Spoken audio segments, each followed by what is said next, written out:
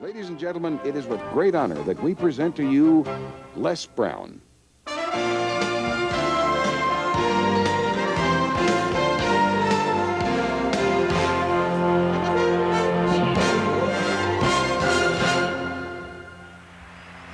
What I'd like for you to do right now, I want you to think about your dream, because I'm in a room full of dreamers.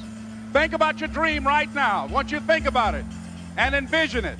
I don't know what that dream is that you have. I don't care how disappointing it might have been as you've been working toward that dream. But here's what I know, that dream that you're holding in your mind, that it's possible. Let's say that together, please. Say, it's possible. Here's what I want you to repeat after me, please, with power and conviction. Say, it's possible. Les Brown is one of America's top motivational speakers. He was flying in that evening to meet me. Something about the prospect made me feel lethargic, even desperate. One of the sort of paradoxical things of watching your tapes, reading your material, is that it's incredibly optimistic. But watching it has kind of made me feel that I'm kind of a loser because I haven't achieved as much as I might have done. I do that. I don't want you to sleep at night, particularly if you have not been living up to your potential. Does it frustrate you when you meet people who you feel are not living to their full potential? Oh, absolutely not. When I see those kind of people, I look at them and I check them out and see what kind of physical fitness they're in. They perhaps would be very good in cleaning my house, washing my dishes, driving me around, cleaning my clothes, cutting my grass. Some people choose a life of mediocrity. That's your choice. There are people who decide, I don't want to do anything but what I'm doing. I want to do drugs. I want to be an alcoholic. I want to be worthless. I want to be no good. I want to be a criminal. People make choices. But what about those people who say, I don't want to be a criminal, I want to be a chief executive, etc., but they happen to be a criminal, or they happen to be a drug addict? They don't happen to be, they have chosen to become that. So whatever you are in life, you've chosen it. Wherever you are at some point in time, you made an appointment to be there. With this very tough philosophy, one could say that actually you've been a very privileged man. Privileged? You've been a very privileged man. How so? Well, you were born into a loving family. You were born with gifts. The gift for public speaking, a very quick mind, a very intelligent mind. These are gifts. I didn't start out like this. I was not an orator. I trained myself. I never had any college training. I saw a guy speaking and I said, hey, I think I'd like to do that. How much money have you made, Les? Over $37 million. In how long? 18 years. That an idea convinces you is not evidence that it's true, just that it's convincing. And nothing makes an idea more convincing than the desire to believe it. Everybody wants to believe that, at least in general, people get what they deserve, that the happy earned their happiness, that the successful earned their success, and that the criminal earned his punishment. Do you think that the Lord rewards people who are good with riches? Absolutely. Absolutely. These are all comforting beliefs upon which our culture of hustle and grind has been built, and on which our pride finds its resting place next to our shame. Make money your friend. Touch your neighbor and say, make money your friend. Make money your friend. Make all the money you can. Without these beliefs, we wouldn't know how to be proud of our achievements. We wouldn't know how to punish the criminal or admire the millionaire. And perhaps most importantly, without the shelter of these warm ideas, we would be admitting that our futures are not really under our control. Because if people don't get what they deserve, then the idea that all your hard work and good behavior will one day pay off suddenly loses its footing. But what if the cosmic clipboard upon which our good and evil deeds are noted does not exist, or the standard against which those deeds will be measured, or the judge who will measure them? What if these are fictions invented to construct an illusion of control, to justify our instinct for punishment, to bolster our sense of pride, and to satisfy our need for hero worship?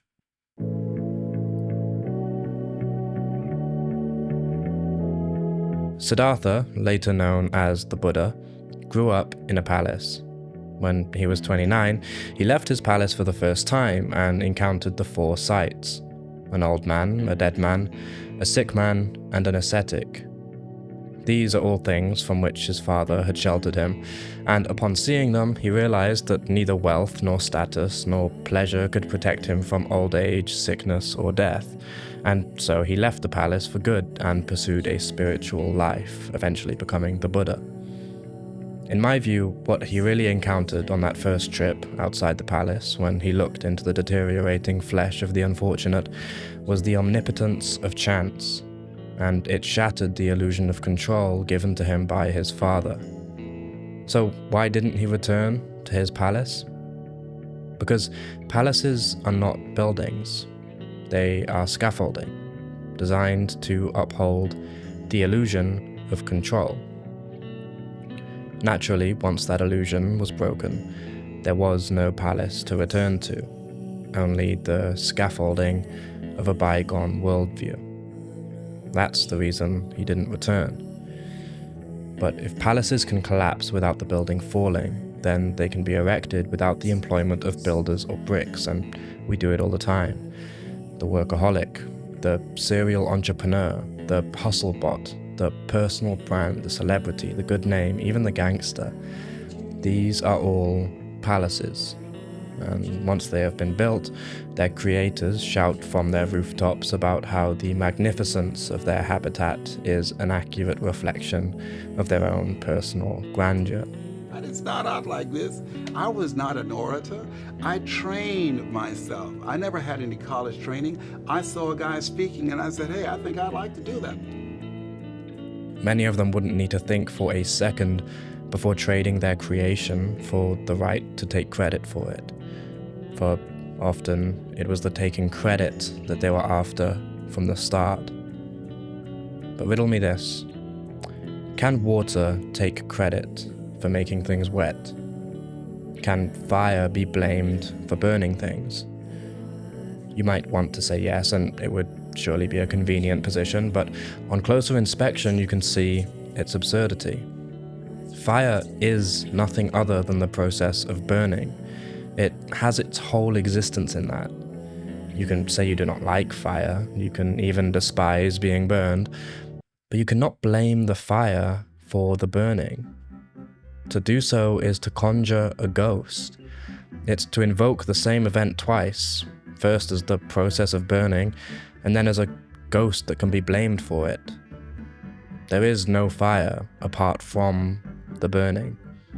There is just the burning, and nothing behind it to blame. This makes sense to the sensible. So why, then, when the complexity of the process in question is increased from that of combustion to that of a Homo sapien, does the same conclusion meet with such resistance? What is it that such a conclusion threatens in us? What are we protecting when we wage war against it from our guts? Could it not be that cherished belief that people get what they deserve, or more specifically, that you will one day get what you deserve? And not just your rewards, but your punishments too, for the criminal in you craves his punishment just as much as the worker his salary. He may have even committed this crime precisely to seduce his executioner. Or maybe this need to believe in the scales of justice is downstream of an even deeper psychological need for consistency and unity within the universe, or at least within the self, because nothing is more uncomfortable to a human than to be made aware of their own inconsistencies. There is just something so objectionable to the human mind that a thing might be many things at once, especially itself. But we don't know what anything is. Not really, not fundamentally. We are in the dark as to the true nature of reality. So could not the desire to believe in praise and blame be nothing but the desire to impose order onto an incomprehensible world, and to assert yourself as the uncaused cause? To kindle a lantern in the dark room of blind chance. Perhaps that is why Lady Justice wears a blindfold, a subliminal confession of her true purpose. Justice is always blind, Because what truly separates the criminals we send to the insane asylum from those we send to prison or the electric chair?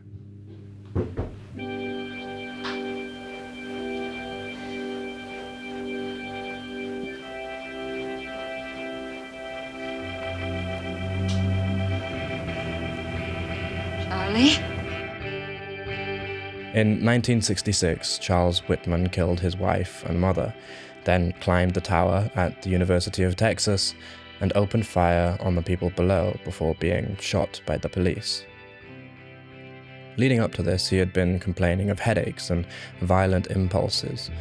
But headaches don't justify mass murder, and the violent impulses, well, they're just evidence that he was evil, right? The catch is that before the murders, he requested that an autopsy be done on his brain after he dies. His wish was granted, and the coroners found a tumor pressing against his amygdala, an area of the brain responsible for violence and impulse control. Now it's much harder to blame him, since we can blame the brain tumor instead. But do we really understand what separates a man from his brain? Can we be so sure that the brain is not the person viewed from the outside, or that the person is not merely the brain viewed from within? If he hadn't been shot by police, and the autopsy hadn't been done, people would have been calling for his imprisonment, death, or even torture. But in light of his tumor, what once looked like evil begins to look like tragedy. But what's actually changed? Nothing but the visibility of the problem area. Whether he had the tumor or not, he had the kind of brain that does mass murder. And if we can't blame a brain for being structured how it is, why should we blame a person for being who they are? For in the end, both come to the same thing. You think people can choose who they are? Then who is the chooser? And who chooses the preferences by which he chooses? This idea that people are accountable for being who they are is dependent on the idea that they can choose who they are. And that idea simply kicks the can down the road and leaves the preferences by which this imaginary chooser makes his choices entirely unaccounted for. They don't happen to be, they have chosen to become that. So whatever you are in life, you've chosen it. Wherever you are at some point in time, you made an appointment to be there. This is an infinite regress of utter nonsense. And despite how little thought is required to see its absurdity, the belief that people can be blamed for being who they are is one that simply refuses to go away. Not because it's true, but because it's socially useful. You may think this is the worst essay ever written, but you cannot blame me for writing it. And if you think it's the best thing on YouTube, I still cannot take credit. As I write these words, they simply appear of their own accord.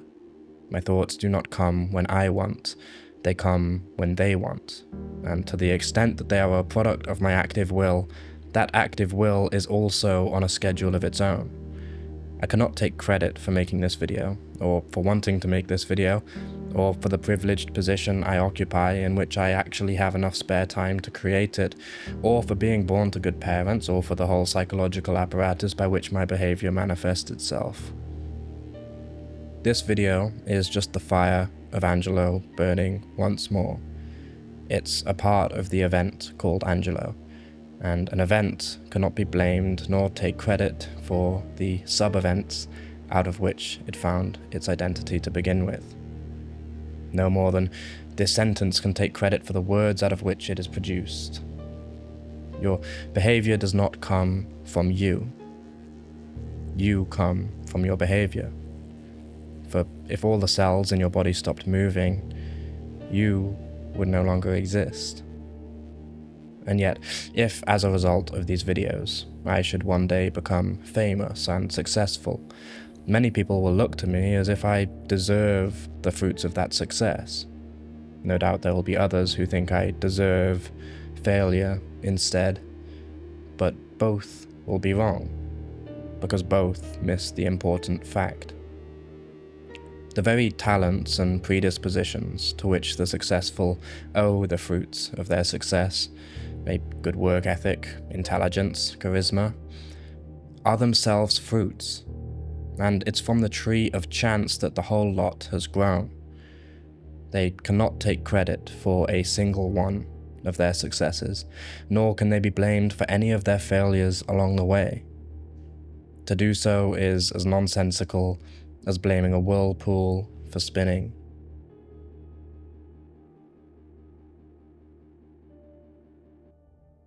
Such a perspective lands us far beyond good and evil, beyond praise and blame, beyond pride and shame, and restores a sort of divine innocence to the world and all the beings within it. And as far as I can tell, it's the only soil from which a truly unconditional love for the living can blossom. It would require us to let go of praise and blame, to see tragedy without looking for a scapegoat, and to feel pain without shaking our fists at the sky. But who among us has wings for such a dangerous letting go? At this point, you may be struck by a sense that this is a radical worldview, but it's not. It's just that it's radically different from the common perspective, the perspective by which most are convinced. But that an idea convinces us is not evidence that it's true, just that it's convincing. And nothing makes an idea more convincing than the desire to believe it.